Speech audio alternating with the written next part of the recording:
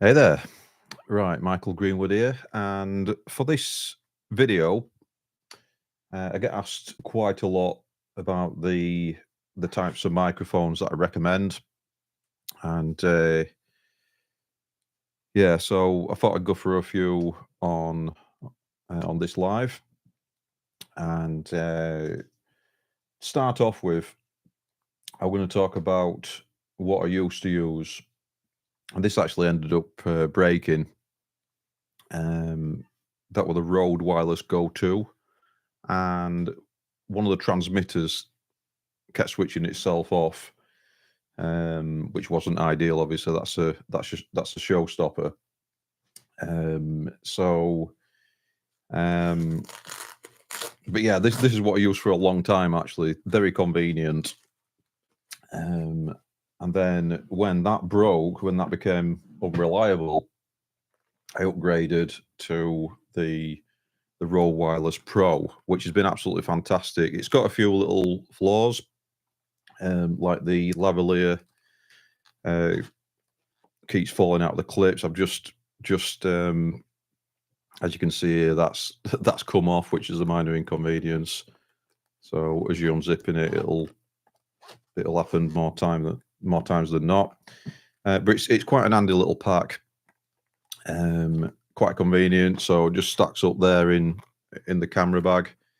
It's let me tell you about some of the features actually, and I'm going to compare a few other mics, and because people are asking me kind of all the time, what's the best mic to use, and what should I use for a given application and stuff like that. So this is a great mic. You can plug it into a DSLR, a mirrorless camera, a mobile phone if you're filming with an iPhone or Android, and so you get quite a lot with this. It's quite good value for money. I'd say this were like a pro, like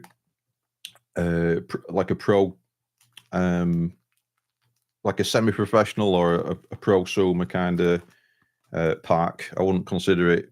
I don't think it's marketed as a professional mic, but it's good for professional work. I use it for professional work all the time. It's a main go-to ACAM mic.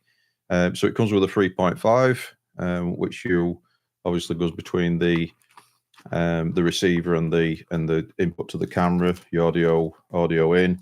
Get a couple of lavaliers with it as well, which are good. Like I said, one of the faults with this is it's quite easy for it to just drop um, out of the clip. That's just done it now, actually. So that's not ideal at all. But it comes with everything you need. So it comes with the windshield, so if you're outside. For the actual, you can use the transmitters without the lavs as well, which is quite good. And you get a range of bits and pieces and knickknacks in with that. And then the two transmitters and the receiver, that's happened again. That's come off again. They come in this charger pack as well. So you get extra charging with this, which you never got with the old version. So you've got everything in there, all charged up, ready to go. And then so you've got like double charging really. You've got charging from the mains that charges the internal battery as well. And then it's happened again when you're on shoot. When you're on a shoot, it can charge as well if you put the transmitters and receivers back in. So that's the transmitter. The other two are the receivers. Automatic on and off, which is quite good. So it's currently just going off there, and then you're back on. So that's pretty good. So that's good, right? So that's the Rode Wireless Pro, and then we've got the Rode VideoMic NTG, which is quite good. Now I tend to use this on camera, so you can have it off camera. I've had it on a boom pole, and you can use this for a range of different applications. You can even plug it into the computer or the Mac and use it as a webcam, which is quite good. And it's got various features really which make it really good and versatile. So it's inbuilt battery, which some might say that that's a disadvantage. But I think it's quite convenient. So you don't have to change any batteries. But it does mean that if you're on a really long shoot, really, you've got to charge it, you've got to plug it in. But you can use something like an Anker power bank if you want, for that. So it's not. I've found that this probably gets about 8 hours or something, 8 or 9 hours. I've not really tested that, but it's long enough for most of the shoots. And I've got 3 of these anyway, so I bought another couple because they're so good. Now this wind protector, I'll just take it off just to show you what it looks like. So it's like a short shotgun, really. It is a short shotgun, which is pretty good for indoors and outdoors. So it's not as long as like an NTG3 or NTG5, but it does the job. And for about £220 here in the UK, I think they are. Last time I looked, a while ago now, it's a bargain. So features of this, it switches on and off automatically when you plug it into the camera when the camera's on. So every time the camera goes on, this goes on as well. So this means that you can't accidentally run out of battery, and you don't forget to switch it on. It's got various controls on the top, which there will be more detailed videos out there to run through what these do.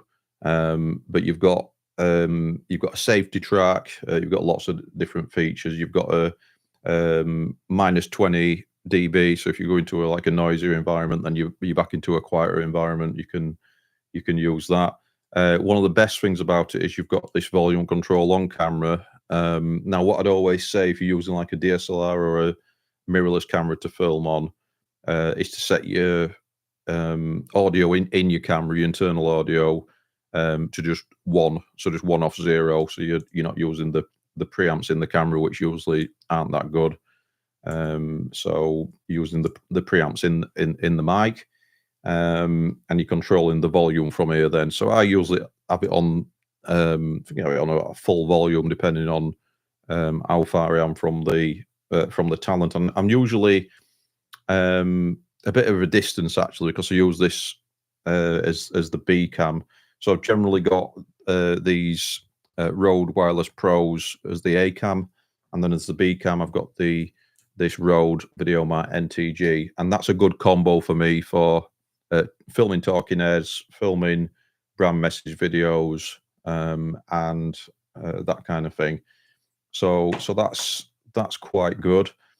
And I'll get on to the next mic in a bit. I'm just kind of tidying up as I'm going with this lab mic, and I'm just gonna tidy this up, because as you can see, I said that's one of the faults where this is kind of always dropping off. So this isn't as secure as I'd like it to be, like that. Even though it's quite easy to actually change from kind of, if you're going to have it on shirt this way, or switch it round like that and then have it the other way, which can be quite convenient. But let's just tidy that up, tidy as we go, and get that back in, so I'm not forgetting to do that later, like that. So put that back in. So we've got that. And like I said, this is the main go-to mic now. So the Wireless Pro, which is quite good. Now the next one I'm going to show you is the Sennheiser MK600. So this is probably, I would say this is probably marketed as the next one down from the classic Sennheiser, which is the 516. So not the 516, the 416. Yeah, so the classic Sennheiser is the 416, isn't it? Which is in a lot of the films. It's been around for decades. It's obviously phantom powered with the 48 volts and whatnot.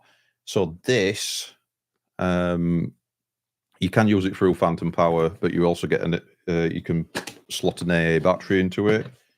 And I'll just get this out. So it comes with a nice handy pencil case kind of thing, which you can have the mic in like that when it's in your camera bag. And then you've got this wind foam, which is okay for when you're outside, but I would have a more robust solution to that if you're using this outside. You've got this mic holder, which has got a disadvantage actually over the Rode, because you don't have a rye coat like this does, so you don't have the dampening on this, and it does. I have tested this Sennheiser just with this, and it's not as good. It's got a little bit of kind of rubberized, not noise handling kind of dampening there, but it's not fantastic. So we'll be very careful using that. Show you the mic itself then. So the mic itself, you've got XLR in. You've got a couple of controls on here, so switching it on, which you do have to do manually. And then what you do is you twist, and then you've got space for an AA battery. So what this means is, if you're using this, it's quite versatile. So if you're using this with a mirrorless or a DSLR, then you can you can plug this in, which is quite good. So you can plug it into your 3.5. This goes into the XLR end, and yeah, you're away with that basically. So that'd be quite good. Like that, yeah. So that goes in nicely. Now, what a few have said in the groups and the forums and everything is this is quite long to have on a DSLR, but for me, this has actually probably got a better sound. I know it's subjective than the VideoMic NTG, but the VideoMic NTG, because it's shorter, to show you the difference, is probably the more convenient and the one that you see more videographers using. Whereas this is probably better to be boomed, really. And then the question would be, well, why wouldn't you get the 416, which has got the better audio quality? So, but it's all subjective. So this is a bargain. I will say it's about £220, £230 in the UK last time I looked. Very versatile. You can use it with phantom power. So if you're into a recorder, or if you're into a camera that's got phantom power, like I've got the Sony FX6. So this is fantastic with the FX6, which I'll come to in a bit. Or you can plug it straight into a 3.5, and then you'd be relying on the battery for the power. So it does require the 48 volts of phantom power. So just bear that in mind, and you do need to manually switch it on as well. So that'd be a disadvantage over the Rode NTG. But it's a solid piece of kit, this, and I can't get over the price. I think for the price, this is fantastic and it's versatile. And I had to get this. I think I got this on offer. I can't remember how much. It wasn't that much of an offer on. But I got it off Amazon for an offer, and I wanted this. I wanted to see how it sounded. And do you know what? I've not really used it. You can see it's almost like brand new. It's still in the box and everything. And it's because I use the Rode Wireless Go NTG. I'm used to using that. Really, that I'm not using this. But this is a fantastic, versatile mic. You can use it on a boom. I'll talk about, you can use it with DSLR or mirrorless into the 3.5. I can use it with the Zoom F6. I've got the Zoom F3 as well, recorders. And it's just very, very, very versatile. So next one I'm going to talk about is this mic that I'm actually using. But before that, I'll just talk about the Zoom.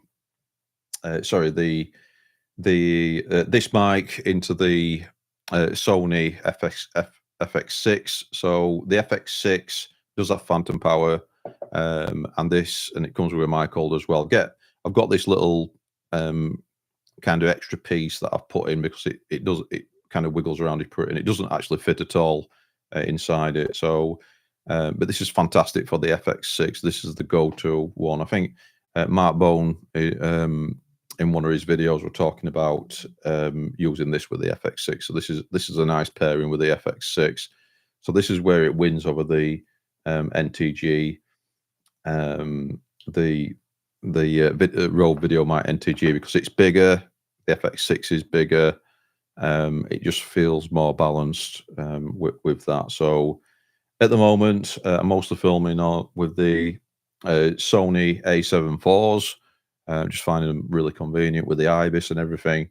But I am going to get more into filming with the Sony FX6 when I get more used to that, and then I'll be using the Sennheiser MKE600 with that.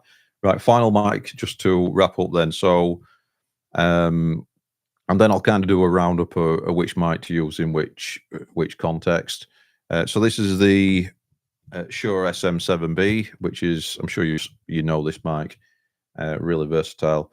It's great for just doing what I'm doing now. So just you know, a YouTube video, YouTube live, piece to camera like this. In a kind of home office or studio environment, I suppose. And then you can also use it for podcasting as well. Now, you do need some extra bits and pieces to use this. I mean, I'm using it into the MacBook Pro with the Rodecaster Pro 2, but you can use it with other devices as well, like a Scarlett Focusrite. You'll need a cloud lifter or a Fathead for that to boost it as well. But yeah, this is fantastic, absolutely fantastic mic. Love this mic. So right, just round up.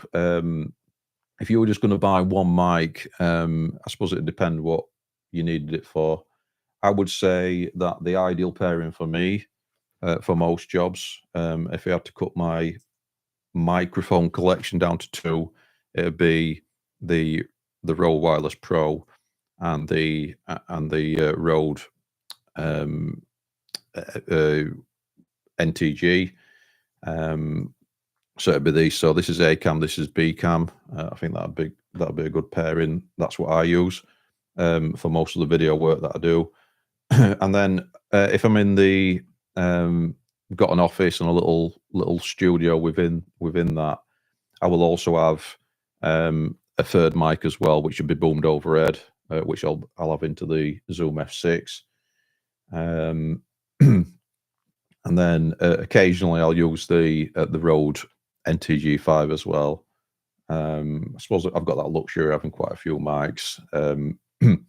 And then the MKE600. When would you use the MKE600? I would say use the MKE600 if as an alternative to the NTG.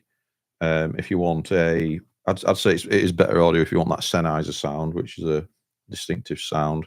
If you want like a baby version of the 416, this is a really good value. I can't believe how good value this is. It's solid.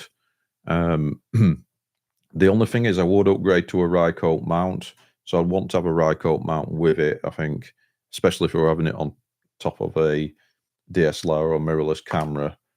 Or you might get some handling noise with that. So I would test that anyway. Wear a pair of headphones as you're filming. Don't film anything important if you're not used to your kit.